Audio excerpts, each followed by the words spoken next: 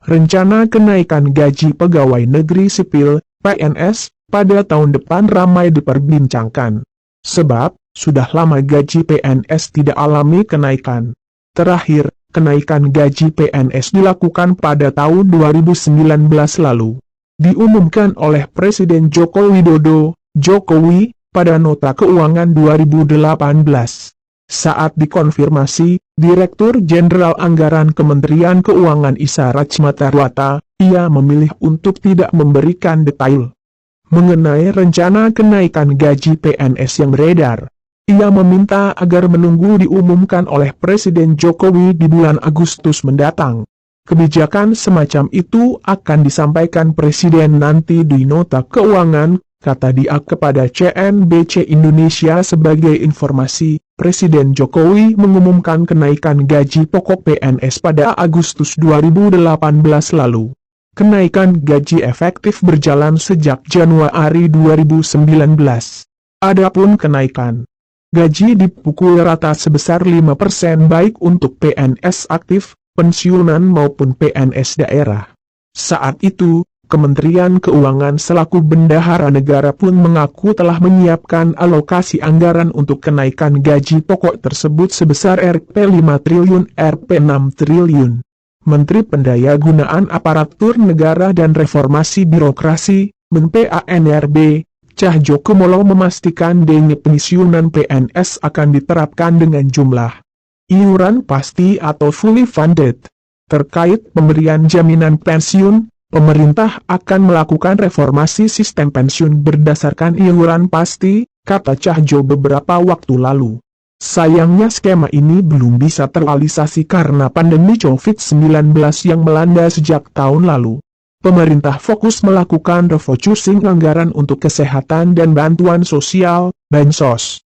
Sebenarnya ada pada awal Januari 2020 sudah ada inisiatif mengadakan rapat di Kemenkeu, yang undang Pak Mendagri dan kami juga untuk bahas detail, katanya.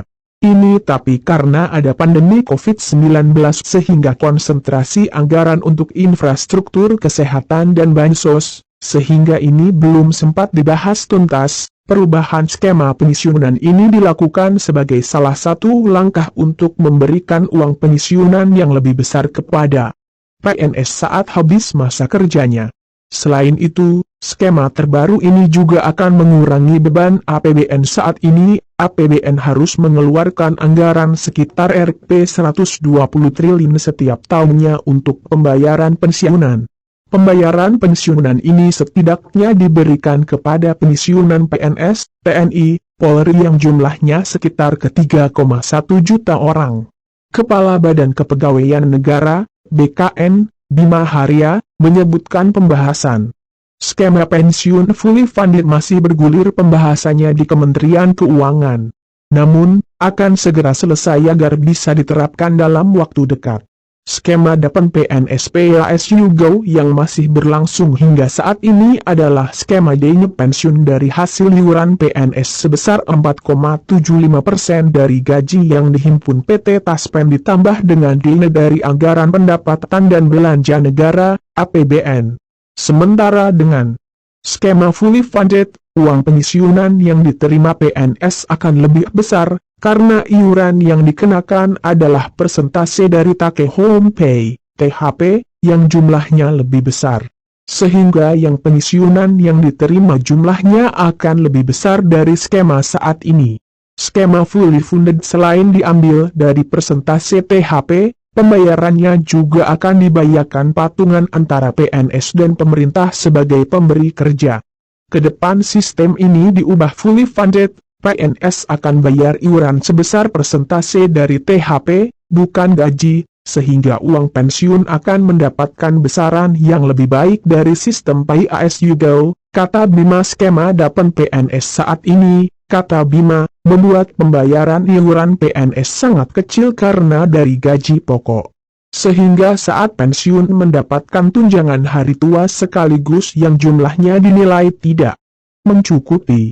Menteri PAN-RB, periode 2016-2018, Asman Abnur, sebelum lengser dari jabatannya, sempat mengatakan salah satu negara yang bisa menjadi tolak ukur dalam melaksanakan skema pensiun fully funded adalah Korea Selatan. Menurut Asman, negara ginseng tersebut memberlakukan dana pensiun sebesar 20% dari gaji pokok, di mana 10% dibayar pemberi kerja dan 10% sisanya dibayar oleh PNS. Skema ini dianggap lebih baik dalam memberikan dana pensiun.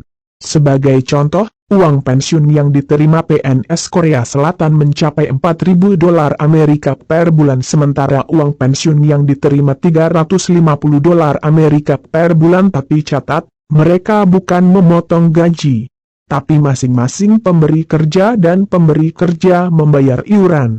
Akumulasi semua total yang dicadangkan akan dikembalikan saat pensiun, ujarnya mengutip CNN Indonesia kala itu. Dengan skema fully funded ini, bukan tidak mungkin pensiunan yang diterima PNS lebih besar. Bahkan, catatan Kemenpan RB pegawai eselon I di kementerian bisa mendapatkan pensiunan hingga Rp 20 juta per bulan. Bahkan tak menutup kemungkinan pensiunan pegawai negeri sipil, PNS, mendapatkan tunjangan hingga Rp 1 miliar.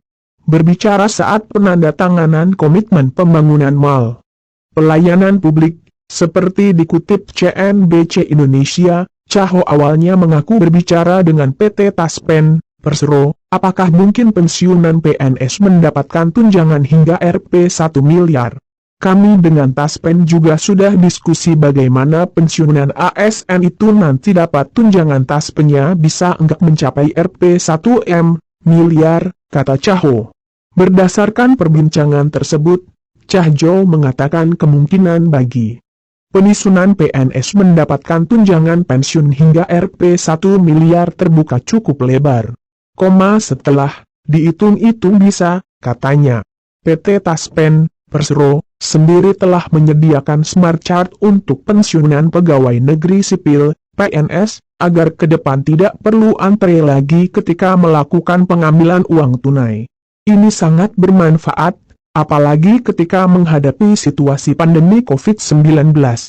Manfaat lainnya dari Taspen Smart Chart adalah sebagai alat pembayaran yang memiliki fasilitas tambahan program promosi dan diskon di beberapa merchants terpilih yang telah bekerja sama dengan PT Taspen, Persero, ungkap pemimpin Divisi Corporate Secretary Bank BJB Widi Hartoto dalam keterangan tertulisnya. Taspen melakukan kerjasama serentak dengan seluruh bank pemerintah yang telah ditunjuk untuk bekerja sama. Salah satunya PT Bank Pembangunan Daerah Jawa Barat dan Banten Tbk, Bank BJBR. Taspen Smart Chart telah didistribusikan oleh Bank kepada para pensiunan Taspen sejak